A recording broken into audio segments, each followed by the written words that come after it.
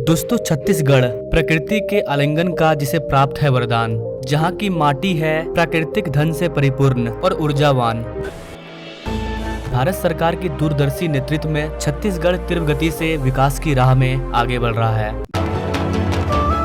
Rail हो, road हो, telecom हो, हर तरह की कनेक्टिविटी के लिए पिछले 9 साल में भारत सरकार ने छत्तीसगढ़ में अभूतपूर्व काम किया। गाइस, आपको बता दें कि छत्तीसगढ़ आज देश का one of the fastest growing state है। साल 2000 में छत्तीसगढ़, झारखंड और उत्तराखंड 3 अलग स्टेट बने थे और आज ग्रोथ रेट के मामले में छत्तीसगढ़ इन दोनों राज्यों से अलग है। इंडिया के एनर्जी कैपिटल के रूप में जाने जाने वाला छत्तीसगढ़, यहाँ पर खनिज संपदा के साथ साथ प्राकृतिक सुंदरता के कई नजारे देखने को मिल जाएंगे। लेकिन आज से कुछ सालों बाद लोग यहाँ सिर्फ प्राकृतिक सुंदरता नहीं बल्कि वर्ल्ड क्लास इंफ्रास्ट्रक्चर को भी देखने के लिए आएंगे। दोस्तों, आज के इस वीडियो में हम जानेंगे छत्तीसगढ़ के टॉप 10 मेगा प्रोजेक्ट्स के बारे में, जो कि छत्तीसगढ़ के सूरत को बदलने वाला है। तो देर ना करते हुए आइए स्टार्ट करते हैं छत्तीसगढ़ के इस अमेजिंग वीडियो को।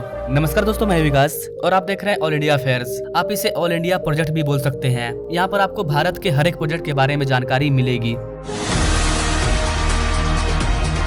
दोस्तों, छत्तीसगढ़ के इंफ्रास्ट्रक्चर को एक नया सूरत प्रदान करने वाला पहला प्रोजेक्ट है NMDC steel plant, Bastar economic catalyst. आपको बता देगा इसकी इस वाले प्लांट को 24,000 करोड़ रुपए की लागत से तैयार किया गया है। इसका जो ब्लास्ट फर्नेस है वो छत्तीसगढ़ का सबसे बड़ा ब्लास्ट फर्नेस है। इसके अलावा ये भारत का दूसरा सबसे बड़ा ब्लास्ट फर्नेस भी है। यह प्लांट अपने उच्च ग्रेड हॉट रोल्ड स्टील भंडार रोल्ड बाजार में अपनी पहचान खड़ा करने के लिए तैयार है। कैसा को बता दें कि ये छत्तीसगढ़ का ग्रीनफील्ड प्लांट है। ये प्लांट 2030 तक देश में सालाना 300 मिलियन टन इस्पात का प्रोडक्शन करेगा। भारत सरकार का टारगेट है 2030 तक 300 मिलियन टन इस्पात का प्रोडक्शन करना और इसमें ये वाला प्लांट एक इम्पोर्टेंट रोल प्ले करने वाला है। आपको बता देगा इसकी इस वाले प्लांट की वजह से इनडायरेक्ट नहीं डायरेक्ट रूप से 8,000 लोगों को रोजगार मिला है।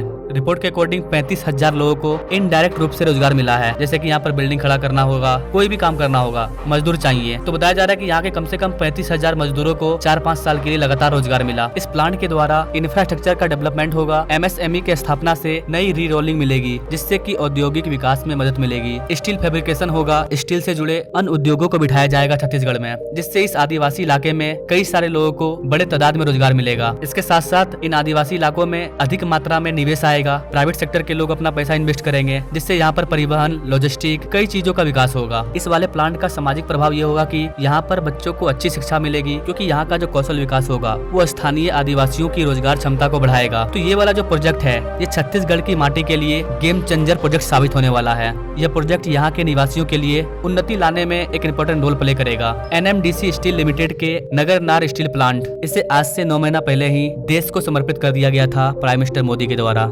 नंबर 2 पर है रायपुर लाइट मेट्रो। आपको बता देगा इसकी छत्तीसगढ़ की राजधानी रायपुर में मेट्रो को बनाया जा रहा है। अभी यहाँ पर लाइट मेट्रो को चलाया जाएगा। यह ट्रेन शहर में 25 से 30 किलोमीटर की रफ्तार से चलाई जाएगी। इसमें लगभग 400 से 500 करोड़ रुपया खर्च होने की संभावना बताई जा रही है। इसका संचालन रायपुर से नया रायपुर या दुर्ग तक करने की संभावना है। इस प्रोजेक्ट के शुरू होने से हजारों आबादी को नया रायपुर से रायपुर और दुर्ग तक मेट्रो ट्रेन में आने जाने की सुविधा मिलेगी, जिससे ये राज्य और भी तेजी से गति करेगा। नंबर 3 पर है Chhattisgarh railway station redevelopment project. जैसा कि गाइस आप सभी जानते हैं, भारत सरकार अमृत भारत स्टेशन स्कीम के अंतर्गत 508 रेलवे स्टेशन का रीडेवलपमेंट करना चाहती है। इस 508 स्टेशनों में से छत्तीसगढ़ के 7 स्टेशन शामिल है, जिस पर करोड़ों रुपए खर्च किए जाएंगे और इन्हें रीडेवलप किया जाएगा। Bilaspur railway station, Raipur junction, Bhil power house, Durg Akaltara, Mahasamund, Tilda, योरा, कई रेलवे स्टेशन यहाँ पर शामिल है, जिनको की रीडेवलप किया जाएगा। साथ ही इन्हें इंफ्रास्ट्रक्चर हब के रूप में भी देखा जाएगा। इसी को ध्यान में रखते हुए यह स्टेशन आइकॉनिक स्ट्रक्चर के साथ साथ यात्रियों को बेहतर सुविधा प्रदान करेगा। इस योजना के तहत यात्रियों को साफ और हाइजेनिक वेटिंग एरिया के साथ साथ खाने पीने के कई भी स्टॉल्स मिल जाएंगे। रेलवे स्टेशन को बस, टैक्सी और ऑटो रिक्शा स्टैंड से जोड़ा जाएगा। इसके साथ ही यात्रियों का आना जाना सुविधाजनक बनाने के लिए सेपरेट अराइवल और डिपार्चर की व्यवस्था भी की जाएगी। छत्तीसगढ़ का अगला प्रोजेक्ट है रायपुर विशाखापट्टनम एक्सप्रेसवे। दोस्तों ये एक्सप्रेसवे 464 किलोमीटर लंबा 6 लेन एक्सेस कंट्रोल एक्सप्रेसवे होगा। यह 3 राज्यों छत्तीसगढ़, उड़ीसा और आंध्र प्रदेश से होकर के गुजरेगा। भारतमाला परियोजना के तहत इस एक्सप्रेसवे को एक आर्थिक गलियारे के रूप में विकसित किया जा रहा है। जी हाँ गाइस, ये एक इकोनॉमिक कॉरिडोर भी होगा। यह एक्सप्रेसवे छत्तीसगढ़ में 124 किलोमीटर, उड़ीसा में 240 किलोमीटर और आंध्र प्रदेश में 100 किलोमीटर की दूरी को तय करेगा। इस परियोजना के निर्माण के लिए हाइब्रिड एंटी मॉडल निर्माण मोड का उपयोग किया जाना है। दोस्तों यह कॉरिडोर भारत सरकार के 4 प्रायोरिटी कॉरिडोर में से एक है, जिसमें से बाकी के 3 Amritsar Jamnagar corridor, Delhi Amritsar Katra corridor, Chennai Bengaluru corridor शामिल है। इस एक्सप्रेसवे के कंप्लीट हो जाने के बाद रायपुर और विशाखापट्टनम की जो दूरी है वो 130 किलोमीटर कम हो जाएगी और यात्रा का जो समय है वो भी 4 घंटे तक कम हो जाएगा। जहाँ पहले 13 घंटा का समय लगता था, अब वहाँ पर मात्र 8 से 9 घंटे का समय लगेगा। छत्तीसगढ़ का अगला प्रोजेक्ट है Raipur Dhanbad economic corridor. Guys आपको बता दें कि ये कॉरिडोर भी काफी इंपॉर्टेंट है। छत्तीसगढ़ और झारखंड को 6 लेन इकोनॉमिक कॉरिडोर के रूप में जोड़ा जा रहा है। भारतमाला परियोजना के तहत बनने वाला यह कॉरिडोर छत्तीसगढ़ की राजधानी रायपुर से शुरू होकर के झारखंड में गुमला पलमा रांची रिंग रोड, उरमांझी गोला चास से होते हुए रायगंज धनबाद को जोड़ेगा। इस कॉरिडोर की लंबाई 707 किलोमीटर होगी, जबकि झारखंड बॉर्डर में रायपुर धनबाद कॉरिडोर करीब 250 किलोमीटर लंबा होगा। इस वाले कॉरिडोर का एस्टिमेटेड कॉस्ट 6725 करोड़ रुपया होने वाला है। दोस्तों Raipur Dhanbad via Ranchi economic corridor दोनों राज्यों के आदिवासी क्षेत्रों के विकास और व्यापार के दृष्टिकोण से काफी अहम है, क्योंकि ये दोनों राज्य आदिवासी इलाका है और भारत सरकार आदिवासी इलाकों को तेजी से ग्रो करवाना चाहती है। इसका प्रमाणिक एग्जाम्पल है राष्ट्रपति द्रौपदी मुर्मू। देश का पहला नागरिक हमने आदिवासी नागरिक को बनाया है। आज आदिवासी गर्व से कहते हैं कि देश का प्रथम नागरिक हमारी आदिवासी से आता है। ये सम्मान भारत सरकार ने इन आदिवासियों को दिया है। यही कारण है कि ये आदिवासी भारत सरकार को चुन रहे हैं। छत्तीसगढ़ का अगला प्रोजेक्ट है, आप इसे टारगेट भी बोल सकते हैं, 300 मिलियन टन इस्पात के टारगेट को हासिल करना।